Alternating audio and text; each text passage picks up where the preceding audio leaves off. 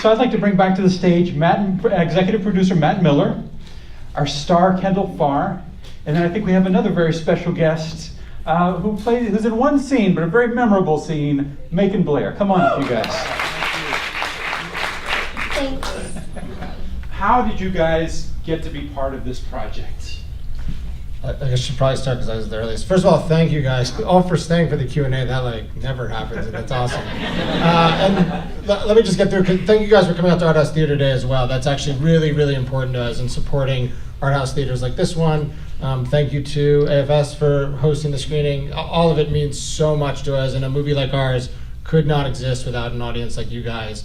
And please, we're releasing theatrically. We have some stuff releasing on October 12th, some on October 19th, but if you guys like the movie, please call local theaters, let them know you want them to play the movie. So that's out of the way. I've already got the message, all right? All right, good. So Jim and I produced a movie together in 2014. That's how I met Jim. He was working at the time at ILM in San Francisco, and then moved down to LA shortly after, and he decided he wanted to make a short film, and he made the short film Thunder Road, spent very little money on it, shot it like a month before it was due at Sundance, submitted it, got accepted to Sundance, won the Grand Jury Prize there, and then... and the short film is just the funeral scene. It's just the opening funeral scene. It's slightly different in the short film. I encourage you to go watch it. It's online, because the difference is enough that it makes it worthwhile. And then we all asked him if he wanted to make a feature at it because it won this prestigious award, and he was like, I don't have an idea for a feature. He's like, that's the whole idea. And then he spent about 2 years developing other scripts and trying to do the Hollywood thing, taking a lot of meetings, and everybody sort of being like, yeah, we're really excited to see what you do next, and then nothing would ever happen. So he came back, and a producer named Zach Parker, who's based out of Dallas, came to Jim and he was like, I want to make movies and I want Thunder Road to be my first one. And Jim was like, I don't know if I have an idea. And he's like, well, go home and think about it. And he came back and he was like, you know what, I think I've cracked it. While the short's about coming to terms with being a son to a mother he's lost, Jim realized the thing that might be more important to that in this man's life was being a father to the daughter he has. And when he realized that entry point into it, the script came out very quickly. And I really think like within 3 months we were shooting. It came together super quick. We shot here in Austin. It hasn't even been a year. We shot it about this time next year. Yeah, give Austin a hand because that was huge. And actually, there's cast and crew who are here on the stage. Can you guys just all stand up really quick? The cast and crew, anybody who worked on this film, some extras, some crew members, some cast members. Please look around. And come to them in the lobby with questions because they might know many things that the three of us don't know. But anyway, that's how I got involved. I've done 10 short films with Jim between Thunder Road and when we did the feature. We do all of our projects together, and so yeah, I mean, I love the guy. How did Macon Blair get involved in the project? Social media, it's really easy to, I spend a lot of time feeling like it's a very negative space, but there's been a couple of times where I've been able to get some really great opportunities to work with some really cool people just by sending them a Facebook message that I really liked your movie. And so I saw the short Thunder Road online a couple of years ago, and I just, I didn't know anything about Jim. As soon as I saw it, I went and looked for anything else that he had online that I could watch, and I just kind of friended him on Facebook and wrote him an email and was like, hey, you don't know me, but I really, really love that. And we just sort of stayed in touch. And so when I always thought, like, I didn't know if they were gonna do a feature or not, but I thought it could be, you know, he's obviously like a supremely talented guy, should be doing features. And when he got this one up, he just sent me an email and said, do you want to come play this part? And it could have been anything. Like I didn't care what the part was, but I really just wanted to work with Jim. So of course I was like, yeah. Oh, and it's shooting in Austin? Yeah. So it lined up. I feel very lucky. And you don't murder anybody. For once. So Macon, you know a little bit about directing and acting and writing and wearing all these hats at the same time. A little bit. This I look at this and it feels like, how do you do that? Like, how can you do all of that at one time? I have no idea. And I was talking to a gentleman out in the lobby that it was amazing to watch Jim work, because there would be all the usual sort of frustrations and problem solving that would have to happen on set. As a director, we don't have enough time, you got to move everything around, and he's doing this all in this very trim cut police uniform, and he's sort of like moving the grips around and the lights and everything like that, and then the shot gets worked out, and he sits down and he takes about 10 seconds of just hold on, and then he starts crying and goes into this 10-minute monologue. It's really amazing.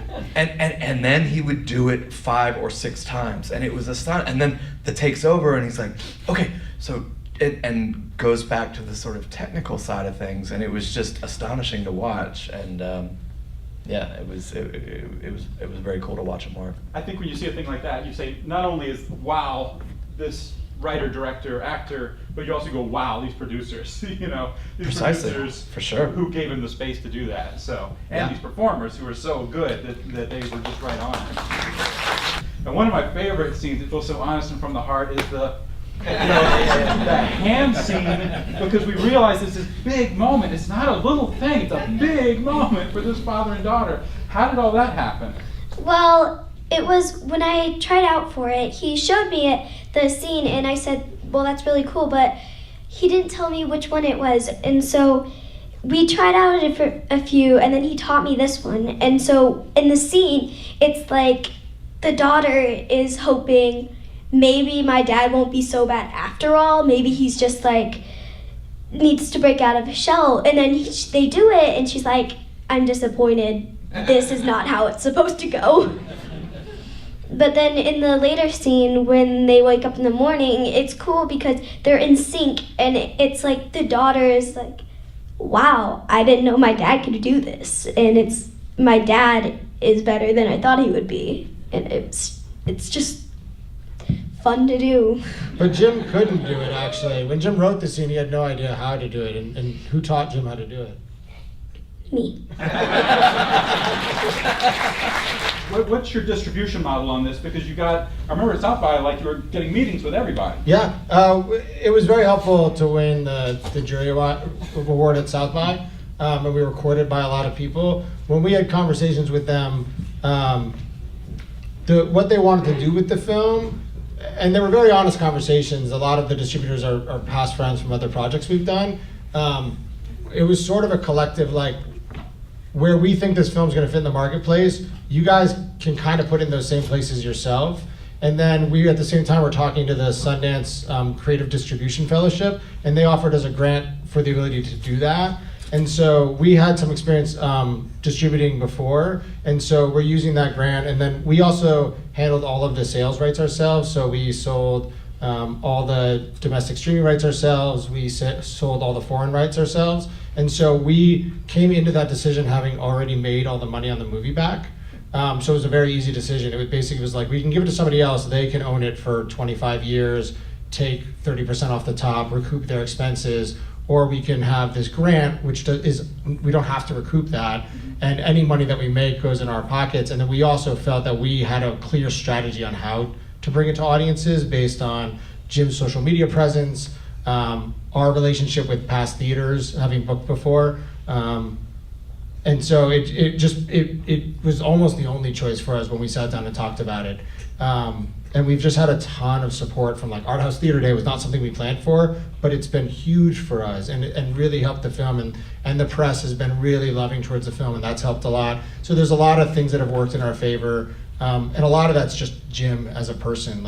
He's honestly just a good person in Hollywood, and he really believes in what he's doing, and he believes in the reasons why he's doing it, and he believes in how he does it and the way he treats people doing it, and that goes a long way with all the crew and the festivals and the people who come and support it. And I don't think every movie could do what we're doing and be successful, but with this team, and especially with Jim as our leader of that team, we have no doubts that we're going to be all right.